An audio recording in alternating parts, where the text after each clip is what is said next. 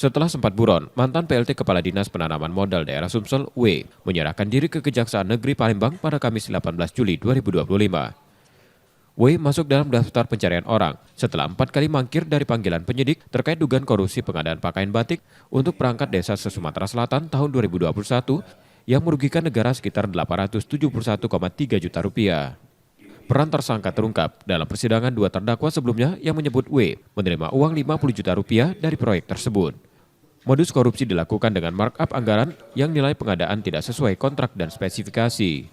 Seperti yang sudah terungkap di dalam persidangan. Jadi berdasarkan putusan untuk terpidana ASPP dan JN ada terlibatan tersangka. Ini yang insya Allah ini yang terakhir. Bersamaan dengan penyerahan diri, tersangka juga menitipkan uang senilai 50 juta rupiah pada kejaksaan. Bang tadi sempat nanya ke tersangka berapa uang yang diterima, terus untuk apa uangnya itu, Bang?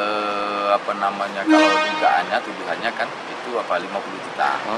Terus tadi rembaan sama keluarganya bermusyawarah, terus anaknya koordinasi sama keluarga kan. Itu tadi dititipkan ada 50 juta prosesnya. Kalau pengakuan dari klien kita untuk apa? Sampai sejauh ini tidak ada.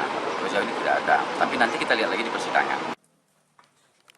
Kini W ditahan selama 20 hari di Rutan Paja Palembang untuk proses penyidikan lebih lanjut. Yudi Kiswanto, Kompas TV, Palembang, Sumatera Selatan.